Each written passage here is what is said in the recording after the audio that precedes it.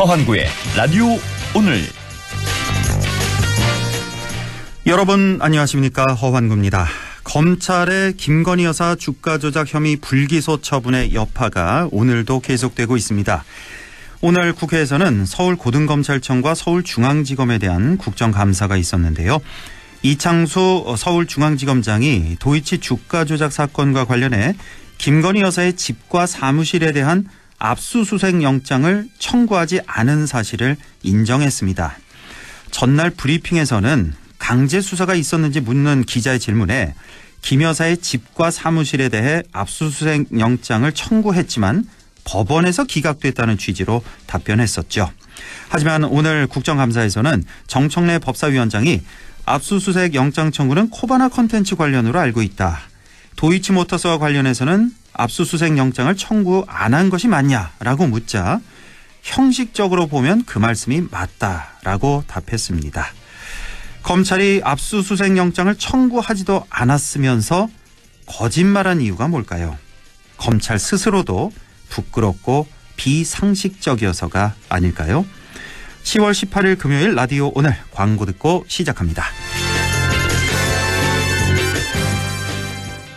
RSV 알고 계신가요? RSV는 독감 바이러스만큼 전염성이 강한 급성 호흡기 감염 바이러스로 영유아나 60세 이상 성인에서 감염 시 폐렴 등 심각한 합병증으로 이어질 수 있습니다. 주로 독감 바이러스와 비슷한 시기에 발생하는 RSV. 자세한 내용은 의사와 상담하세요. 이 광고는 RSV 질환인식 캠페인입니다. 지금 직장인에게 가장 필요한 능력은? 인내력? 정보력, 기획력, 영업력. 삼성금융 연금력. 삼성생명, 삼성화재, 삼성증권, 삼성자산운용이 함께 연금력을 만들어갑니다. 삼성금융 퇴직연금. 원금 손실에 유의하시고 자세한 내용은 삼성금융 참조. 포토전기차 얼마야? 1,000만 원? 아니 1,000원. 1,000원? 말이 돼? 말 됩니다. 하루 약 1,000원이면 포터 전기차를 탈 수 있거든요. 이번 달 소상공인을 위한 저금리 프로모션. 현대자동차 영업점에 문의하세요. 단 현대카드로 36개월 유예형 할부 후 일시납 필요. 미래는 움직이는 자의 것. 퇴직연금 실물 이전이 되는데 중도이자 안 해도 되는데 안 옮길 이유가 없는데? 이제 옮길 준비하세요. 글로벌 투자하는 연금 미래에셋증권으로. 수익률이 중요한 퇴직연금 미래에셋증권으로 움직이세요. 원금 손실 유의, 투자 전 상품 설명서 및 여건 필터. 네, 라디오 오늘 금요일 순서 시작합니다. 1부는 최진봉의 시사 포커스 함께 하고요. 2부 이슈 오늘에서는 의성군 소식 알아보겠습니다. 이어서 천용길의 정치 TMI도 함께 하겠습니다. 라디오 오늘 유튜브로도 다시 들으실 수 있습니다. 많은 애청 바랍니다.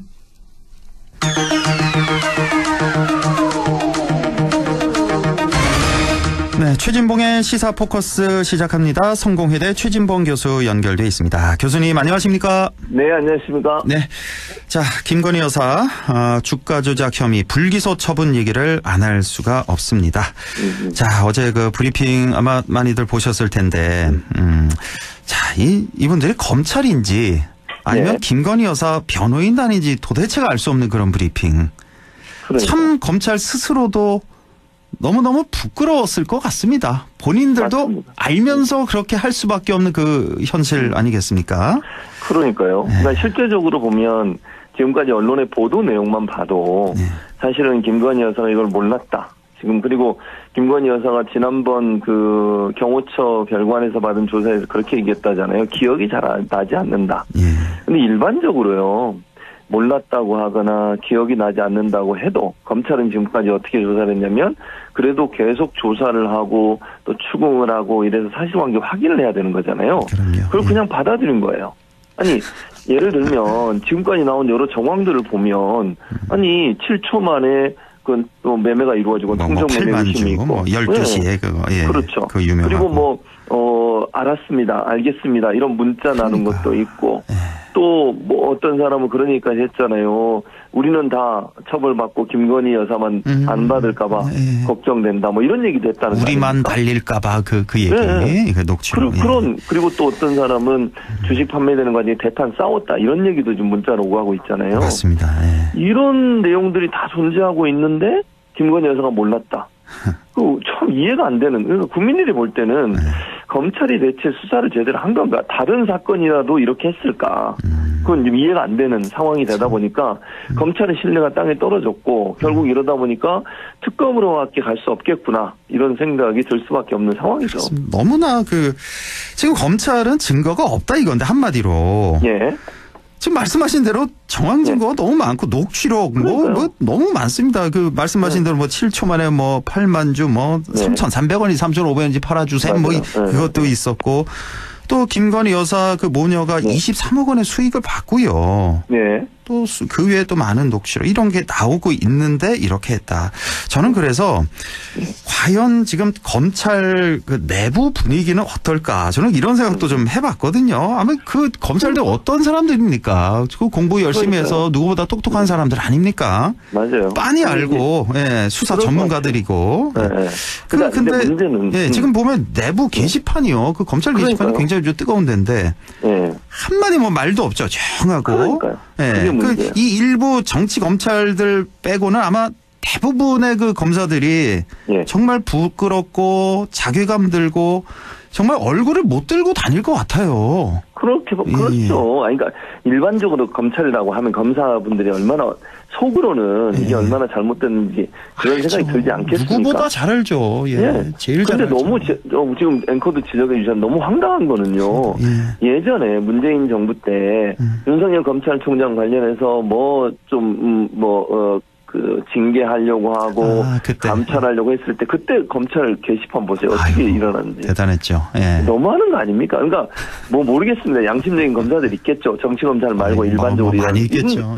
근데 그분들이 왜 지금은 가만히 있는지 모르겠어요. 그러니까 이게 국민들이 볼 때는 검찰이 자기 조직 또 자기 조직에 대한 비판 이런 부분들에 대해서는 너무 소극적이고 또 그렇게 자기 조직에 대해서 뭔가 흔들려고 한다고 느껴지는 것 또는 검찰 조직을 좀 개편하고 바꾸려고 하는 이런 모양새 이런 부분에서는 엄청나게 반발하고 막 나오잖아요. 그건 저는 조직 이기주의라고 생각해요. 그렇습니다. 그러니 검찰이 수사를 받거나 검찰의 조사를 받는 국민들 입장에서는 그걸 과연 공정하다고 느낄 수 있을까 하는 부분에 의문이 많다는 것이죠. 그렇죠. 그런 점에서 이번에 이제 검찰의 어떤 검사들의 이런 태도나 모습은 일반적으로 좀 이해할 수 없는 그런 모습이 아닌가 하는 생각이 듭니다. 자, 어제 이렇게 중대한 발표를 하는데 심우정 검찰총장 그렇다 치고 이게 이제 중앙지검장 관할이잖아요. 이창수 중앙지검장이 당연히 좀 발표를 해야 될 것 같은데 그 밑에 4차장 검사인가 이분 발표를 하던데 이게 지금 대변하는 거 아니겠습니까? 차마 지검장이 못하고 지금 그래서 이제 민주당에서는 워낙 여론이 들끓고 하다 보니 검찰은 죽었다 등등 해서 그래서 이제 심우정 검찰총장 탄핵 소추를 이제 추진하기로 했다 이런 소식이 있네요. 그렇습니다. 이창수 서울지검장도 마찬가지고요. 같이 두 사람을 다 같이 탄핵 소추를 하겠다라고 지금 당론으로 추진을 하고 있는 상황이고요. 시점은 아직까지 정하지 않았는데 적절한 시점에 두 사람에 대한 탄핵안을 내겠다라고 발표를 했기 때문에 제가 볼 때는 민주당이 추진할 것 같아요. 그리고 국민적으로 워낙 비판이 높기 때문에 그 탄핵안도 제가 볼 때는 국민 여론은 상당히 좀 동의하는 쪽으로 더 많이 나오지 않을까 예상이 됩니다. 그래서 지금 현재 민주당 입장에서는 그런 국민 여론을 등에 업고 일정 부분 잘못된 판단을 한, 즉 김건희 여사에서 면죄부를 줬다고 비판을 받고 있는 검찰에 대해서 뭔가 경종을 울리고 이런 일을 국민의 이름으로 민의를 반영해서 문제를 좀 해결해 보겠다 이런 시도라고 볼 수 있겠죠. 그 전에도 검찰 탄핵 몇 건 했었는데 일단 받아들여지진 않았죠. 않았는데 그래도 일단은 받아들여지건 안 받아들여지건 일단은 할 건 해야 된다 이런 차원에서 민주당으로서는 왜냐하면 그거와 상관없이 해야 되는 거니까요. 그렇죠. 그런 부분에 있어서 왜냐하면 사실은 그 법적인 문제에서 헌재에서 받아들이고 안 받는 결정은 문제이지만 국회는 국회 역할을 하는 거거든요. 민심과 여론 그리고 국회가 갖고 있는 법적인 어떤 권한 이런 부분들을 충분히 발휘해서는 해야 된다고 생각합니다. 왜 그러냐면 검사를 견제하거나 검사가 잘못된 어떤 판단을 하거나 수사를 했을 경우에 거기에 대해서 견제할 수 있는 권한이 국회밖에 없어요. 그리고 유일하게 국회가 갖고 있는 권한이에요. 그러니까 그 권한을 적극적으로 활용해야 검사들이 이제는 좀 눈치 보지 않겠어요? 지금까지는 자기가 잘못해도 기소도 안 하고 같은 조직 내에 있다고 검사들 잘못해서 기소 잘 안 하잖아요. 김학의 전 차관도 그렇고 그런 일이 반복되고 그러니까 왜 그러겠어요? 어느 누구도 우리를 건드릴 수 없다고 생각하니까 그러는 거예요. 맞습니다. 우리가 이 시간 통해서 몇 번 얘기를 한 것 같아요. 검찰 이 기소 독점 이거 정말 문제다. 문제가 있죠. 그래서 기소권이 있고 더 무서운 건 기소 안 할 권리가 있다. 그렇죠. 유일하게. 그래서 그게 이제 대표적인 게 이번 케이스인 것 같습니다. 지난 명품백에 이어서 이번 주가 조작까지 이렇게 된 건데 자 한동훈 대표가 또 이런 발언을 했네요. 검찰의 설명이 이 국민이 납득할 수 있을 정도인지 지켜볼 필요가 있다. 또 이렇게 얘기를 했는데. 근데 이게 항상 좀 애매모호한 화법을 좀 쓰는데 이 한동훈 대표 본인은 이게 납득한다는 얘기입니까? 납득 안 간다는 얘기입니까? 이게 어떻게 해석하세요? 말을 들어보면 애매해요. 지켜볼 필요가 있다니 뭘 지켜보는 거죠? 아니 지금 얘기했잖아요. 발표. 아니 검찰은 이미 발표했고 검찰 수사 내용은 다 나왔으니 그걸 보고 보니 판단하면 되는 거 아닙니까? 뭘 지켜본다는 건지 모르겠어요, 지금. 아마 이제 제 생각은 그냥 제 개인적인 생각은 여론의 추이를 보겠다는 것 같아요. 여론을 보겠다, 앞으로. 여론이 그냥 뭐 괜찮아 정도 가면 아무 안 하고 있다가 여론이 안 돼 라고 얘기하면 이제 목소리를 내겠다는 건지 그게 얼마나, 아니, 여당의 대표잖아요. 정치인이. 본인은 또 검사 출신이고 법무부 장관까지 했던 사람이에요. 그렇습니다. 그럼 본인 입장을 명확하게 내야죠. 지금 이런 태도로 애매모호하게 눈치 봐가면서 이러니까 대통령 만나 쓴소리 할 수 있다라고 기대감이 별로 없는 거예요. 독대 자꾸 요청하지만 국민들이 볼 때는 한동훈 대표가 또 제대로 얘기를 할 수 있을까 이런 의심이 드는 겁니다. 지난주에 제가 참 여쭤봤잖아요. 그 한동훈 대표 계속 이제 윤석열 대통령 향해서 김건희 여사 향해서 쓴소리 한다. 이거 어떻게 보시냐 했더니 이거 선거용이다라고 말씀해 주셨는데 정말 그 선거 전까지는 굉장히 날카롭게 비판을 좀 하는 모습 몇 번 하루가 멀다 하고 하더니 그랬었죠. 이번에 이 반응은 전혀 또 딴판이라는 그런 느낌을 받네요. 그러니까 이게 바로 제가 말씀드린 것처럼 선거를 앞두고서는 국민들의 지지를 얻어내야 되고 유권자들의 지지를 얻어내야 되니까 강하게 하는 것처럼 하지만 선거 끝나고 나니까 또 꼬리 싹 내리는 거잖아요. 제가 볼 때는 윤석열 대통령이나 김건희 여사와 정말 강하게 문제점을 지적하면서 그 부분을 해결하려고 또는 뭐 그 부분을 문제점을 바로 잡으라고 요구할 수 있는 그런 대표는 아니라고 저는 생각해요. 왜냐하면 세 사람은 공동 운명이에요. 저는 그렇게 보고요. 그렇기 때문에 한계가 있을 수밖에 없어요. 서로가 서로에게 묶여 있어요. 누구 한 사람이 터지면 같이 죽는 거예요. 그런 구조라고 저는 보거든요. 얼마나 오랫동안 세 사람이 친분을 가지고서 활동을 했었습니까? 그럼 모든 일에 같이 엮여 있을 가능성이 있어요. 윤석열 대통령이나 김건희 여사에 대해서 물론 뭐 무슨 주가 조작까지 같이 했다고 저는 보지 않지만 저 검사 시절에 같이 하면서 있었던 여러 가지 일들이 있지 않겠습니까? 그럼 윤석열 대통령 그걸 모르겠습니까? 이런 여러 가지 정황으로 봤을 때 과연 한동훈 대표가 윤석열 대통령에 대해서 각을 세우고 문제점을 시정하라고 강하게 압박하고 이럴 수 있을까?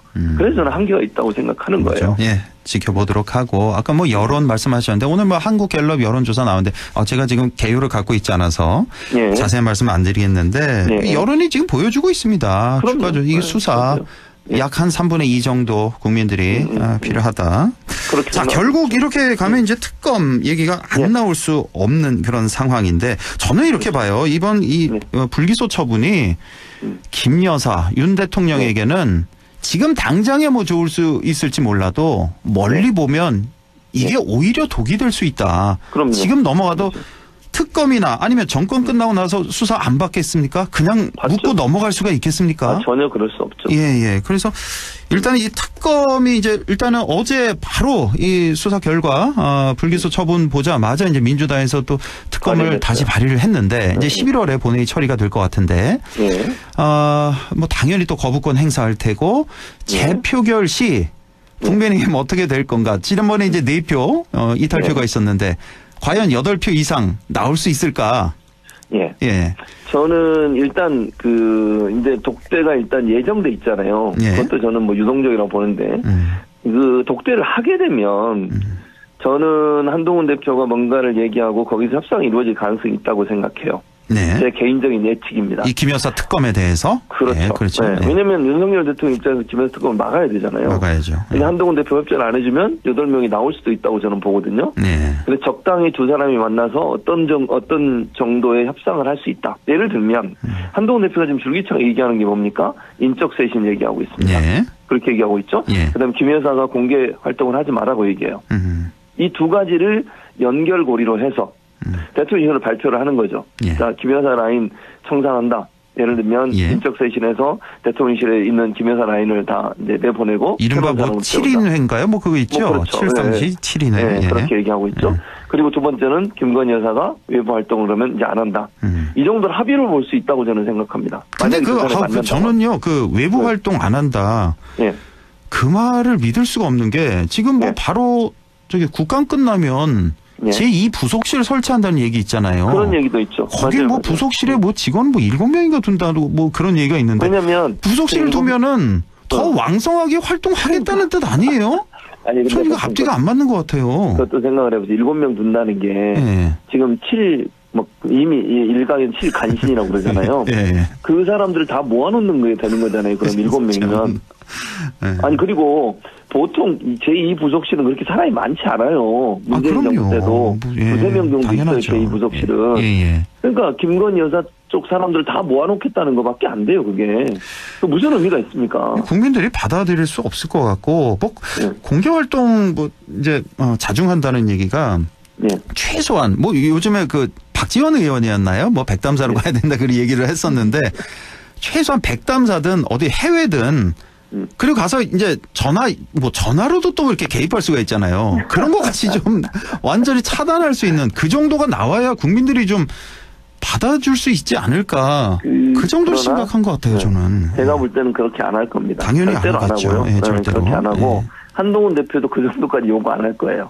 저는 그냥 한동훈 대표는 뭔가 명분이 있어야 되잖아요. 예. 그 명분을 두 가지를 찾을 거라고 저는 생각하는 세 가지가 되겠네요. 지금 제2부속실까지. 예를 들면 제2부속실 만들고 7간신 소위 밖에서 얘기하는 7간신이라는 그런 얘기들 이 사람들 정리하고 인적쇄신하고 그리고 나서 공개활동 자제하고 요 세 가지를 고리로 해서 두 사람이 협상이 이루어지지 않을까 하는 게 제 개인적인 예측이에요. 만약 만나게 된다고 하면. 대신 특검법은 뭐 이거는 헌법 위반이다 이러면서 또 반대할 수 있어요.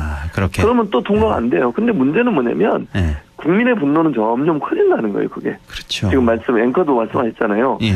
지금 당장은 묻고 넘어갈지 모르지만 절대로 이게 묻혀지지가 않아요. 맞습니다. 더 커지는 거죠, 문제는. 그리고 그 국민의힘의 108명의 의원들도 사실 뭐 여당이어서 당연히 뭐 당론으로 이렇게 해서 뭐 반대표를 던지지만 국민의 한 사람이잖아요. 그렇죠. 그리고 지지자들 어떤 요구도 있고 이 뭐가 정당한 건지 국민의 한 사람으로서 국회의원 한 사람으로서 이 권한 행사해야 됩니다. 정말. 당연히 해야죠. 언제까지 이렇게 끌려다닐 거예요. 대통령에게. 그러니까요. 근데 안 하잖아요. 이게 문제라는 거죠. 그러니까 국회의원쯤 되면 헌법기관 아닙니까? 그럼요. 그렇게 눈치를 보면 안 돼요. 대통령실 눈치 보고 여러 가지 정치적 상황 때문에 막 눈치 보고 이러면 안 되는 거 아닙니까? 개개인이 다 헌법기관이고 국민을 대표해서 그 자리에 가 있는 거예요. 지역에. 그럼 그 국민의 마음과 민심을 반영해서 행동을 해야죠. 그럼요. 너무 실망스럽습니다. 자, 명태균 씨 얘기 잠깐 좀 하죠. 최근에 뭐 하루 이틀 정도는 약간 좀 잠잠한 것도 같고 매일 뭐 나오다가 자, 윤석열 대통령 그 고개 좌우로 흔드는 그 도리도리 그 습관이 있잖아요. 이걸 명태균 씨가 이제 인터뷰를 했는데 이게 왜 없어졌는지 아냐라고 또 큰 소리를 쳤는데 이건 뭐 무슨 얘기입니까? 간단하게 좀. 지금 말씀하신 대로인데 그 일도 내가 했다는 거예요. 내가 했다. 명태균 시장에 따르면 양측 그러니까 윤석열 당시 후보에게도 그거 좀 자중해라. 그러니까 그거 좀 줄여라라고 얘기를 했고 두 번째 언론에 잘 노출이 많이 됐었잖아요. 도리도리가 논란이 되고 비판 많았잖아요. 왜 조롱조 뭐 이런 식으로. 그렇죠. 근데 갑자기 그 기사가 싹 줄어들었어요. 그 이유를 명태균 씨가 뭐라고 그랬냐면 본인이 언론사에 얘기를 해서 이거는 좀 도리도리 하는 건 부동시 때문에 그러는 건데 부동시로 군대를 안 갔잖아요. 윤석열 대통령이.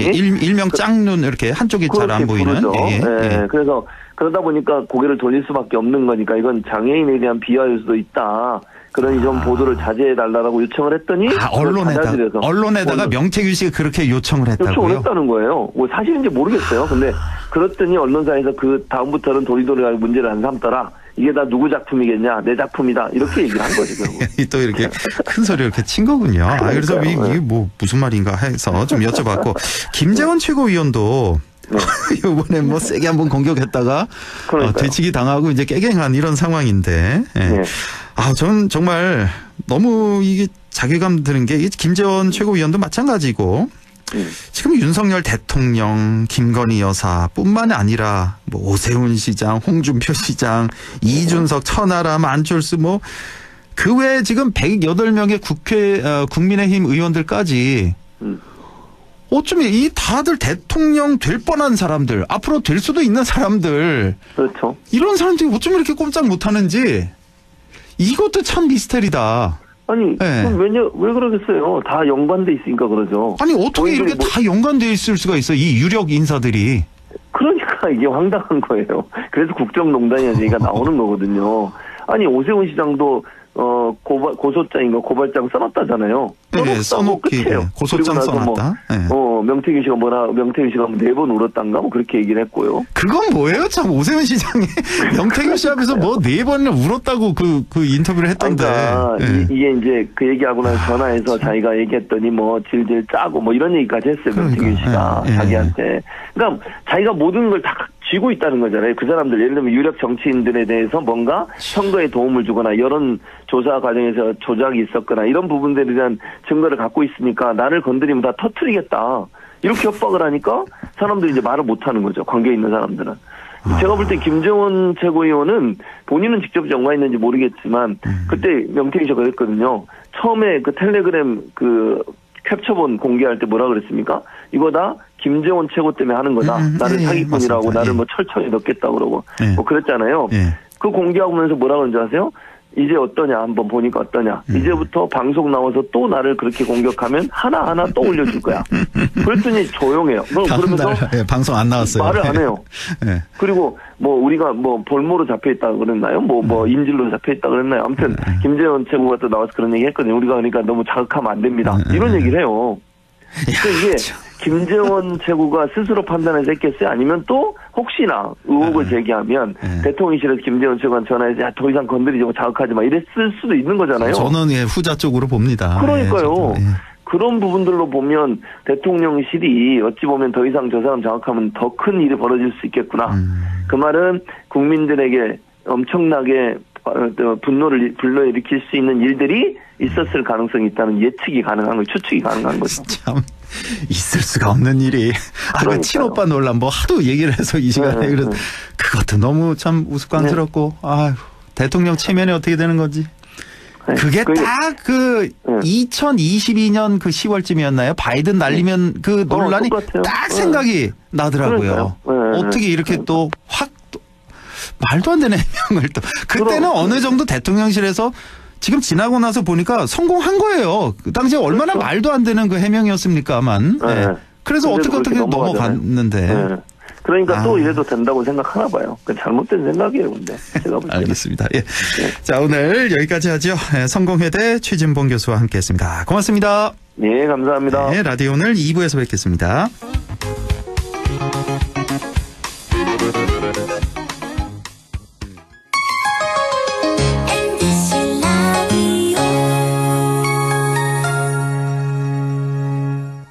나에게 딱 맞는 대학, 나에게 꼭 맞춘 대학. 나만의 경쟁력을 원한다면 안동과학대학교로 오라.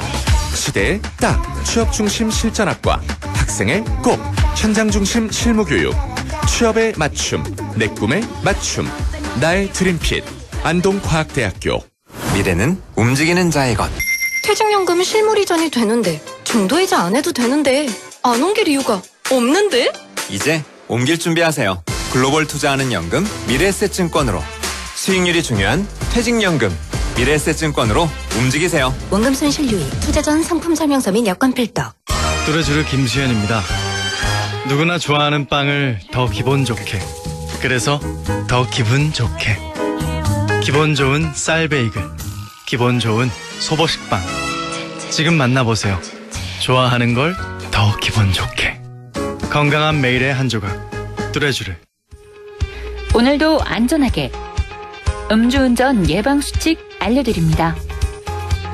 첫 번째, 술자리가 예정된 경우 미리 귀가 방법을 정하고 차는 가져가지 않는 것이 안전합니다.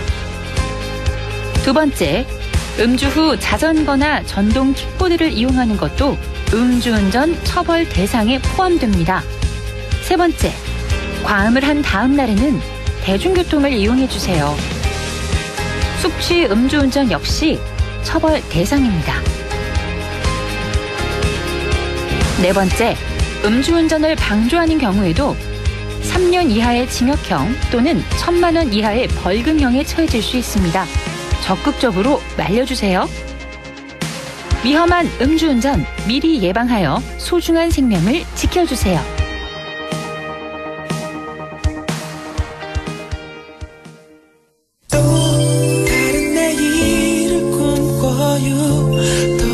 세상을 꿈꿔요. 따뜻한 사랑이 있는 곳 MBC 문화방송 100.1 MBC 라디오. 네, 6시 31분 10초 지나고 있네요. 이슈 오늘 시작합니다. 자, 우리 의성군 소식 전해드리는 시간이죠. 의성군 홍보소통과의 권기범 주무관 연결되어 있습니다. 권기범 주무관님 안녕하십니까? 안녕하십니까. 의성군 모든 홍보를 담당하는 걸어다니는 홍보자판기 권기범, 오랜만에 인사드리겠습니다. 예, 오랜만입니다. 의성군의 홍보자판기 권기범 주무관입니다. 자, 오늘 의성 어떤 소식들이 준비되어 있습니까? 예, 의성에는 천년된 사찰 고운사라고 혹시 들어보셨습니까? 아우, 당연하죠. 몇 번 가봤죠. 예. 예, 고운사가 있습니다. 고운사라는 이름은 통일신라시대 때 활동하신 최치원 선생님 호를 따가지고 지은 이름인데 그 뜻을 기리고자 의성에서 최치원 문화제를 실시합니다. 예. 장소는 최치원 문학관과 고운사 일원이며 2024년 10월 19일 토요일부터 10월 20일 일요일까지 오전 10시에서 오후 5시까지 이틀간 진행됩니다. 예. 참여하는 사찰은 고운사, 수정사, 대곡사, 동정사, 부석사 등 많은 사찰이 참여합니다. 아, 그렇군요. 예. 자, 최치원 문화제라고 하면은 이제 어떤 행사들이 열리나요? 예, 가장 대표적으로 고운사 사찰 음식 축제를 하고요. 예. 그다음에 사찰 요리 시연, 음악회, 맨발 걷기, 목판 체험, 고운사 문화장터 등 많은 행사가 준비되어 있습니다. 예, 이렇게 아주 다양한 행사가 준비된 최치원 문화제입니다. 자, 10월 19일이면 바로 내일부터네요? 예. 그렇죠? 예, 내일부터 모레까지 이틀간 열립니다. 오전 10시부터 오후 5시까지 이틀 동안 진행되니까 많은 관심, 많은 참여 부탁드리고요. 자, 이제 일교차도 점점 커지고 낙엽도 점점 물들어가는 게 가을에 이제 확실하게 느껴집니다. 지금 비가 좀 우리 안동에도 꽤나 많이 조금 전에 오락가락 그렇게 했는데 의성에도 오늘 비 많이 왔나요? 의성에도 소나기가 그렇죠. 한번 쏟아지고 소나기 한번 조금씩 왔어요. 내리고 있습니다. 그러니까요. 예, 이제 이 비가 그치면 가을이 점점 깊어질 것 같은데, 자, 이번에 의성에서 이 가을을 맞이해서 농산물 프로모션을 한다고 하는데 좀 설명해 주시죠. 예, 의성 장날 가을맞이 프로모션을 진행합니다. 기간은 10월 31일 목요일까지 진행하고 있습니다. 네. 의성 장날 홈페이지에 등록된 430여 개 전 품목 10% 할인이 들어가고 매주 화요일은 품목별로 랜덤으로 최대 30% 할인까지 특가 이벤트가 진행됩니다. 예. 신규 회원분들은 만원권 쿠폰도 또 드리고 있습니다. 아, 신규 회원 가입하면 만원권까지. 자, 이 가을 하면 또 천고마비 계절인 만큼 먹을 것이 더 많다는 얘기일 텐데 의성 장날에서도 할인을 많이 하니까 이 의성 장날 사이트에 인터넷 사이트입니다. 예, 인터넷 사이트 의성 장날 치시면 되겠습니다. 예, 들어오셔서 가을맞이 프로모션과 신규 회원 쿠폰 만원까지 받아가시길 바랍니다. 자, 이번에는 의성에서 뮤지컬 공연이 열린다 하는 소식이 있네요. 예, 맞습니다. 의성 문화회관에서 렛미 플라이 뮤지컬 공연을 실시합니다. 네. 10월 31일 목요일이랑 11월 1일 이틀간 금요일 오후 7시에 공연을 진행합니다. 제가 간단하게 레미플라이 뮤지컬에 대해서 소개해드리자면 2022년 제7회 한국 뮤지컬 어워즈에서 작품상, 음악상, 나무신인상 3개 부문을 수상한 증명된 뮤지컬 작품입니다. 그래요? 많은 관심 부탁드리겠습니다. 렛미플라이라는 이 뮤지컬 자체가 이제 지난 2년 전에 한국 뮤지컬 어워즈에서 다 휩쓸었네요. 뭐 작품상, 음악상, 중요 또 나무신인상까지. 자, 뮤지컬 이 뮤지컬 표 예매가 필요한 거죠? 예, 예매를 미리 하셔야 되는데 지금부터 오픈이 되어 있고 그 의성군청 홈페이지에서 예매를 하시거나 아니면 표가 좀 남아 있다 하면은 또 현장에서도 발권 가능하거든요. 현장에 오셔도 되니까 가격은 전좌석 5만 원입니다. 하지만 의성군민이나 의성군에 직장을 둔 근로자분들은 특별 할인가로 10,000원에 모시고 있습니다. 그래요? 확 낮췄네요. 10월 31일 또 11월 1일 이틀 동안 오후 7시에 공연이 열립니다. 아주 수준 높은 공연 꼭 한번 관람하시기 바랍니다. 자, 의성 소식 전할 때 항상 빠지지 않는 곳이 있죠. 바로 조문국 소식인데 이번 주 다음 주에는 조문국 어떤 행사들이 있습니까? 예, 조문국에서 또 10월 19일 토요일 오후 2시에 무료 애니메이션 영화를 상영합니다. 제목은 발레리나입니다. 그리고 다음 날인 10월 20일 일요일에 또 오후 2시부터는 주말엔 박물관 체험 프로그램으로 육각나무 연필꽂이 만들기를 진행합니다. 많이들 오시면 감사하겠습니다. 예, 이번 주말에도 역시 조문국 행사가 있네요. 토요일 오후 2시는 무료 애니메이션 영화, 일요일 오후 2시는 박물관 체험 프로그램 육각나무 연필꽂이 만들기까지 진행을 합니다. 자, 마지막 소식, 의성군 유튜브 공모전이 이달 말에 접수를 마친다고요? 예, 의성군 유튜브 영상 공모전이 10월 31일 접수를 종료합니다. 예, 지금까지 많이 들어왔나요? 지금까지 한 90개 작품이 들어왔습니다. 90여 개 정도. 예. 90개 들어왔는데 아직까지 접수를 못하신 분들은 30일까지 시간이 있으니까 의성군을 홍보할 수 있는 내용을 담은 주제로 브이로그, 패러디, 광고, 뮤직비디오 등 장르 불문으로 대한민국 누구나 개인 또는 팀으로 지원이 가능합니다. 총 상금은 1,500만 원입니다. 자, 이번 10월 31일까지 이번 달 말일까지입니다. 접수. 그러니까 의성군 홍보용 그런 내용이죠. 자유주제입니다. 의성군에 있는 내용이면 아무거나 다 됩니다. 그렇죠. 뭐 시간 같은 것도 있나요? 제약 같은 게? 시간 제한 뭐 몇 분 이내로 해야 된다? 시간 제한 없습니다. 시간 제한은 없고 그냥 좋은 작품 많이 보내주시면 감사하겠습니다. 개인 혹은 팀으로 다 지원 가능합니다. 총 상금 1,500만 원. 많은 참여 부탁드리겠습니다. 자, 이렇게 의성군 소식 알아봤습니다. 의성군 홍보소통과의 권기범 주무관이었습니다. 고맙습니다.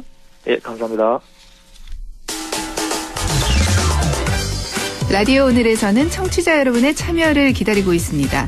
우리 지역에서 발생한 사건 사고 소식이나 함께 토론하고 싶은 내용을 안동 MBC 홈페이지 라디오 오늘 게시판에 올려주시기 바랍니다. 전화와 문자 참여도 하실 수 있습니다. 전화는 851국에 7191번, 문자는 샵 0913번으로 보내주시면 됩니다. 문자는 단문 50원, 장문 100원의 정보 이용료가 있습니다. 여러분의 많은 참여 바랍니다.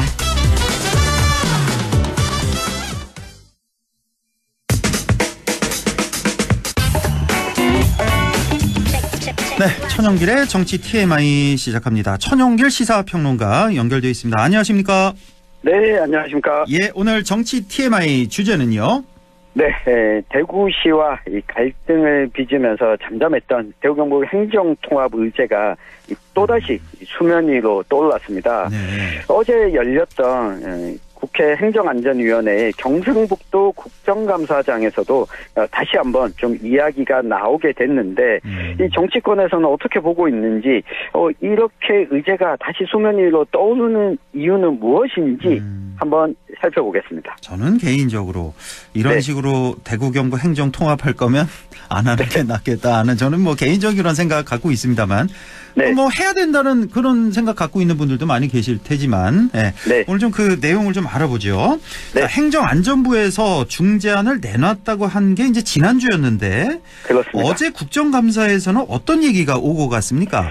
네, 뭐 어제 열렸던 국정감사에서는 어느 정도 이 대구 경북 행정통합에 대한 이 경상북도의 방향을 좀 확인하는 자리였습니다.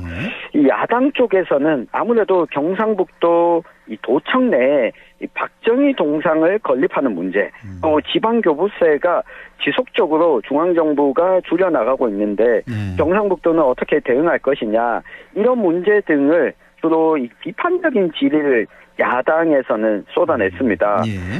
그런데 행정통합 의제가 국정감사장에서 올라온 이유는 바로 이 국민의힘 이다리 의원 때문이었는데 사실 이다리 의원은 이번 총선에 출마하기 전까지만 하더라도 올해 초죠 경상북도 정무부지사로 있었다 보니 아무래도 이 질의 과정 자체가 이철우 지사가 말할 자리를 좀 깔아주는 모양새가 됐습니다. 그랬나요? 약속 대련이었나요 혹시?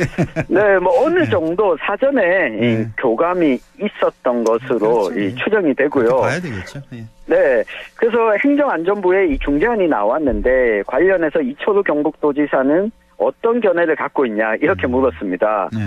사실 중재안이 행정안전부에서 나온 게 지난주 11일이었거든요.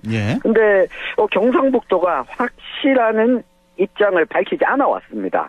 그러니까 수용한다 아니면 뭐 수용하지 않는다고 입장을 밝히지 않고 검토해 보겠다라고 했는데 아무래도 이 국정감사장에서 좀 드러내기 위함이 아니었나 이렇게 보여지고요. 기다렸다가 네, 이 자리에서 이철우 도지사가 이 다음 주 중에 대구시장과 행정안전부 장관, 지방시의회 위원장 등이 함께하는 사자 서명 행사가 있을 것이다 라고 사실상 찬성하는 입장을 공개적으로 밝힌 겁니다. 이거 사자회담 이른바 또 만나나요? 그 주인공들 그대로죠? 경북지사, 대구시장, 행안부 장관, 지방시대위원장 이렇게. 자, 그러면 중요한 게 이 중재안이 뭐냐, 그 내용이 뭐냐 이거 아니겠습니까? 자, 뭐 좀 특별한 게 있습니까? 우리 도민들이 좀 받아들일 만한 그런 내용인가요? 그 애초에 행정안전부가 이 중재안을 내놨다고 했을 때 바로 내용이 밝혀지지 않았습니다. 알려진 부분은 행정통합을 통한 명칭을 대구 경북 특별시로 통합하는 내용이 담겨져 있고요. 그리고 대구시 경상북도를 폐지한 다음에 수도 서울에 준하는 대구 경북 특별시를 출범한다. 요 내용이 한 가지가 있고 그리고 경북도에서 요구해왔던 거죠. 이 정부의 권한과 재정을 이 통합자치단체로 이양하고 시군 자치구의 사무는 유지한다라고 하는 내용이 포함되어 있는데 쉽게 생각하면 제주도의 경우에는 특별자치도가 출범되면서 제주시, 서귀포시가 있지만 이 주민들이 직접 뽑는 지방자치단체가 아니라 행정시로 있다 보니 기초의회도 구성이 안 되어 있습니다. 그러니까 이렇게는 가지 않는다. 다만 시군의 권한이 어디까지인가는 확실히 명시하지 않은 상황이었고요. 그리고 이 많은 분들이 관심을 갖는 또 부분이죠. 이 대구 경북 청사를 어떻게 활용하고 관할 구역을 어떻게 할 건지는 설정하지 않는다. 우선은 알맹이는 다 빠진 거 아닌가요? 지금 제일 중요한 것들은 지금 제일 중요한 거 두 가지 부분에 대해서 사실상 유예하는 내용이 좀 포함되어 있고요. 그리고 또 이 부분에 대한 해석이 앞으로도 계속 이어질 것 같은데 시도의회의 의견 청취 원칙과 주민의견 수렴을 노력한다인데 주민의견 수렴을 어떤 방식으로 얼마만큼 할 것인가 이 부분도 앞으로 이 확정적으로 정하지 않았기 때문에 열려있는 상태의 중재안이 나오게 된 겁니다. 그런데 이 대구시는 빠르게 수용한다라고 하는 입장을 밝혔고 경상북도가 수용 방향을 검토하겠다 입장을 내놓은 다음에 어제 국정감사장에서 이철우 도지사가 사실상 찬성한다는 입장을 밝히긴 했지만 앞서 우리 앵커께서도 이야기했지만 청사 위치, 청사 개수 그리고 시군의 권한을 어디까지 할 거냐 이 부분에 대해서는 합의 사항이 나오지 않은 채 중재안이 나오게 된 겁니다. 일단 제일 중요한 두 가지가 일단 쏙 네. 빠진 채 지금 뭐 6개 항 정도 이 중재안을 설명해 주셨는데 글쎄 저만 그런지 몰라도 6가지 귀에 안 들어오네요. 이게 뭐 중요한 건지들 잘 모르겠고 뭐 정치권의 뭐 이해 당사자들이야 뭐 중요할 수 있겠지만 일반 도민들 시민들은 귀에 안 들어오는 내용 같고 일단 그 새로운 그 청사가 어디에 갈 것이냐 이게 제일 중요한 건데 이거 이제 빠져 있고 시군 권한도 마찬가지고 그렇습니다. 그다음에 이제 주민 의견 수렴 여기 이제 주민 투표를 할 거냐 말 거냐 이것도 중요하잖아요. 맞습니다. 근데 그것도 쏙 빠져 있는 거죠 지금. 네. 주민 투표 안 하는 방향으로 뭐 제가 뉴스에서 본 것 같은데. 네, 지금 보면 시도 의회 의견 청취 원칙이라고 명시했기 때문에 사실 시도 의회가 찬성하도록 의견을 모은 다음에 주민 의견 수렴은 여론조사 방식을 염두에 두고 이런 중재안이 나온 게 아닌가. 여론조사요? 좀 추정이 되고 있습니다. 글쎄요. 여론조사 이거 뭐 명태균 씨 때문에 그런 것도 있고 해서 여론조사 글쎄요. 이거 주민들이 믿을 수 있을지 그런 생각이 좀 들고 어쨌든 저는 주민투표 해야 된다는 저는 생각을 갖고 있기 때문에 이렇게 중요한 결정을 자 중재안이 나오고 나서 경상북도 의회도 또 관련한 논의를 시작했죠. 그렇습니다. 나오자마자 16일이었습니다. 경상북도 의회가 입장문을 냈는데요. 일단은 행정통합 논의를 이어가는 것에 의의를 둬야 한다. 그러니까 지금 중재안처럼 빠르게 추진하는 것이 목적이 되어서는 안 되고 이 논의는 계속하되 의회 차원에서 일정 부분 작은 제동을 건 겁니다. 그리고 도의회가 구체적인 주민수렴 절차를 좀 제시했는데 이 경상북도 대구시뿐만 아니라 기초자치단체, 기초의회의 의견 수렴도 해야 된다. 그리고 뭐 전문가 그룹이 참여하는 토론회를 열고 도지사, 도의회 의장, 시장, 시의회 의장, 또 시장군수협의회장이 함께하는 회담을 개최해야 된다라고 제안을 했습니다. 당연하죠. 네, 거기다가 경북과 대구의 기존 청사를 활용하지만 통합지자체의 본청과 소방본부의 소재지는 향후에 대통령령으로 정하고 어쨌든 의회의 소재지는 대구 경북 합동의원총회에서 정하도록 협의가 필요하다. 근데 요 내용을 보면 대구의 경우에는 시의원이 31명입니다. 근데 경상북도 의회는 61명이죠. 네. 그렇기 때문에 요 경북도 의회의 안대로라면 호락호락 도와 시가 결정하는 대로 도의회가 따라가지는 않겠다라고 하는 의지도 드러내고 있습니다. 그럼요. 당연하죠. 반드시 그렇게 해야 되는 거고 이건 뭐 자존심이 걸린 문제고 지금 뭐 경제 대구 경북권만 봐서 만약에 통합이 된다 그래도 경제도시 대구로 가고 정치도시 경북 안동으로 오고 이게 맞는 것 같아요. 일단 뭐 제 욕심을 말씀드린 거고 자 일단은 대구시에서는 수용한다 입장 내놨죠. 그런데 뭐 홍준표 대구시장이 공개적으로 입장을 밝히고 있지는 않습니다만 자, 이 상황 대구시의 이 입장을 어떻게 봐야 될까요? 네, 그렇습니다. 이 홍준표 대구시장이 워낙 행정통합과 관련해서도 본인의 SNS를 통해서 먼저 의견을 지속해서 밝혀왔는데 이번에는 조용합니다. 그러니까 한편으로 보면 그나마 이 대구 경북 행정통합 논의가 좀 진행될 수 있는 긍정적인 이 방향으로 가고 있다라고 해석해 볼 수 있습니다. 그래요? 왜냐하면 주민들 의견 수렴하기 전에 홍준표 대구시장이 먼저 자꾸 이렇게 안 하면 안 된다. 소위 말하는 이 홍준표 리스크. 이게 좋은 방향의 논의가 진행되는데 좀 큰 방해 요인이었는데 이 리스크를 이제 홍준표 시장도 어느 정도 좀 반영한 것 아닌가. 이게 긍정적으로 볼 수가 있고요. 명태균 씨 때문에 바빠서 그런 거 아니에요? 보통 정신이 글로 가 있어서? 네, 관련해서 명태균 씨와 관련해서는 매일 SNS에 글을 내고 있는데 행정통합에 대해서는 본인의 SNS에 입장을 밝히지 않았거든요. 그리고 또 한 가지 사실 내용을 보면 청사 위치와 시군 권한 문제가 여전히 합의안이 나오지 않다 보니 유예한 걸로 끝났다 보니 이 과정에서 홍준표 시장이 먼저 내가 반대한다거나 또는 뭐 찬성한다거나 이야기하기가 좀 쉬운 상황은 또 아니기도 했습니다. 네. 그렇지만 이렇게 계속 쟁점을 유예하고 가는 게 결국은 이 갈등의 씨앗을 계속 안고 가는 것이라서 그렇죠. 이 위험한 상황은 좀 지속될 것으로 보입니다. 이 중요한 내용이 합의가 안 된 상황에서 특별법 제정은 사실상 이거 어려운 거 아니에요? 그렇습니다. 이게 중앙정치권과 수도권 언론과 여타 지역에서 어떻게 바라보느냐 하고 했을 때 매우 이 사건 자체가 좀 국지적으로 보고 있습니다.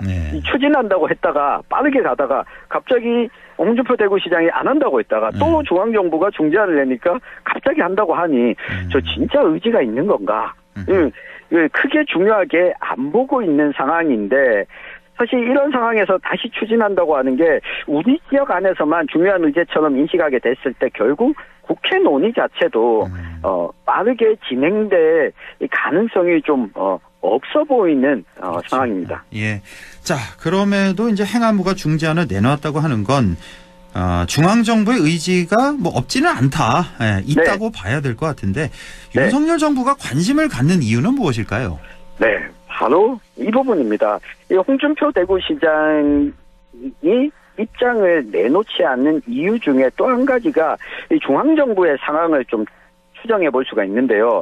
그러니까 윤석열 정부가 인수위 시절부터 지방시대를 주창하면서 지방시대위원회도 출범시키고 여러 가지 종합계획을 발표하기도 했는데 이렇게 뭐 지방을 살리겠다고 했는데 정작 수도권 집중하는 윤석열 정부 집권 이후에도 지속되고 있고 게다가 수도권의 GTX 확대라든가 수도권의 신도시를 또 조성한다든가 이런 정책도 이어지고 있습니다. 그렇죠. 그러다 보니 이 행정통합이 실질적으로 추진이 잘 되고 못 되고 이 긍정적이든 부정적이든 현 정부가 자 지방을 잘 살게 하기 위해서 하고 있다라고 내세울 만한 게 딱히 없는 상황에서 이 정부가 내세울 수 있는 이 카드가 대구경북 행정통합인 겁니다.